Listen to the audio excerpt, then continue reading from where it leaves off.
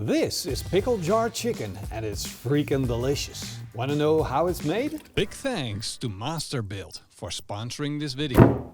Of course, it starts with chicken. I'm going to cut these chickens in half for two reasons. One is going to be the bite size. I want a portion size which is half a chicken, well, at least for the big boys like you and me. You want to use a big sturdy knife like this forged cleaver and then cut it in half.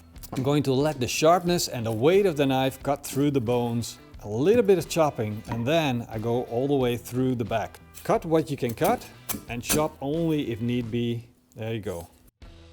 Super easy to do if you have the right tool to do the job. Now personally I like to keep the backbones in because it's all flavor. Before I'm going to put these on the barbecue, I want to use an ancient trick to make sure that your chicken is absolutely freaking juicy and tender. And I have a really easy version of it. For that, I need these jars of pickle. Not the small ones, the big ones. Giant! Oh, God. My superpowers are letting me down. Oh, let's try this one with another go. Okay, please don't let. Where's our bodybuilder editor when you need him? Come on. Well, I think the video's off. If I can't open the jar. Huh? Do what? You never saw that. Edit it out. Next step is to take the pickles out of the jar, but don't throw them away. Now we got a bowl of pickles, which we're going to set aside for now. And back is the chicken. And you might guess where this is going. This is going in the pickle jar. And by putting the chicken in the pickle brine, you already have a pre-made brine, which is going to make your chicken juicy and tender. And that's literally the easiest way to brine your chicken. I'll let these sit in the fridge for 2 hours and then our chicken is ready for the next phase of the cook. And now that we have all these pickles, what are we going to do with it? Well, one thing you can do is make a delicious sauce out of it that you can use on your chicken. I'm going to take a pickle and dice it up. That goes into a bowl. To that I'm adding a cup of Japanese mayonnaise, a clove of pressed garlic and a teaspoon of Dijon mustard, which I picked up myself in Dijon. It was just a stop. I had to go there, but I didn't have to buy this. Look, they engraved it with my logo. Don't ask me what I paid. It's a tourist thing. I know. Oh yeah, did I tell you there's whiskey and pepper in this mustard? Oh. I'm also going to chop up a tablespoon of fresh dill, a teaspoon of ground pepper, and a pinch of finishing salt. I'm also going to add 2 tablespoons of pickle juice. Do you always add pickle juice like that? Yeah, but the pickle juice at the moment is scarce because we need it for the chicken. Now it's time to mix that up. And of course, we got to do a little taste test to make sure that it tastes good. Ooh, really, really tasty. Refreshing and tasty. That's it. It's been almost 3 hours since we put this chicken in the pickle. And now the chicken looks like this. It definitely changed in color a little bit. And that means it picked up the flavor from the pickle. Let's get the chickens out and get them ready for the barbecue. You gotta have a little fun sometime. Is it me or have they grown? They look a lot bigger. Now of course, the color of the pickle is not the color you desire for your chicken.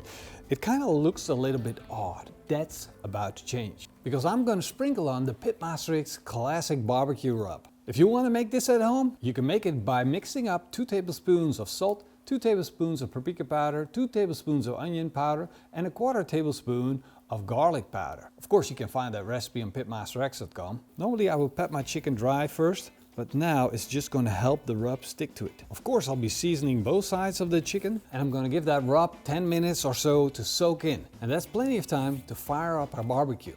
This is one of the better smokers money can buy, even if you have a smaller budget. Just look at the whole cooking surface of this thing. Once I got the hopper loaded up, I'm going to ignite a fire starter underneath and set the temperature to 160 degrees Celsius. While the barbecue is getting up to temperature, I'm going to put my chickens on. and let them get up to temperature together with the barbecue. I got my master built grill grates set in the smoke position for that minimalistic cast iron interface. And while the heat is gradually rising up, and just like with an offset smoker, you can add a nice thick chunk to the smoke chamber. And there I'm placing it on the embers where it will start to smoke and will create a nice smoke flavor on our chicken. The chicken is almost done, and that's why we're gonna have a look. Oh, look at that. Starting to look good, but as you can see, the outside of the skin crispened up. It's starting to be done. The bottom, we got a nice crunch thing going on. Now, of course, I want the other side of the skin to become crunchy as well. All this time that sits on the inside of the chicken has been protecting it from becoming dry, but now it's time to flip and cook the other side and hopefully crispen up that skin even more. Switch these out. There we go. My guess is 10 more minutes and they'll be done. Core temperature 72 degrees Celsius. All we need to do now is just take these beauties off and let them rest. Look at that. Now that is a treat. You know what the true magic of chicken is? It's that the chicken is cheap, is widely available, it tastes freaking delicious, and it's easy to cook. Just look at this. If that doesn't make you hungry, I don't know what does. And after about 10 minutes of resting, you end up with this beautiful result. The best way to demonstrate how juicy and tender this chicken is just to tear off a leg. Now that's juicy on a whole nother level. That's why I love chicken. Now, of course, if you want to, you can use the sauce as a dipping sauce, or you can brush it on. While the chicken's still warm, just a thin layer, and then take a big bite. That is so good. Wow.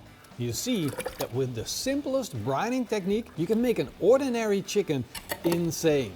Next level mode juiciness, tenderness, and loads of crispy crunch on the outside. Of course, the sauce is optional, but I definitely recommend giving it a try. Well, I'll be finishing this chicken. See you guys in the next video. Oh.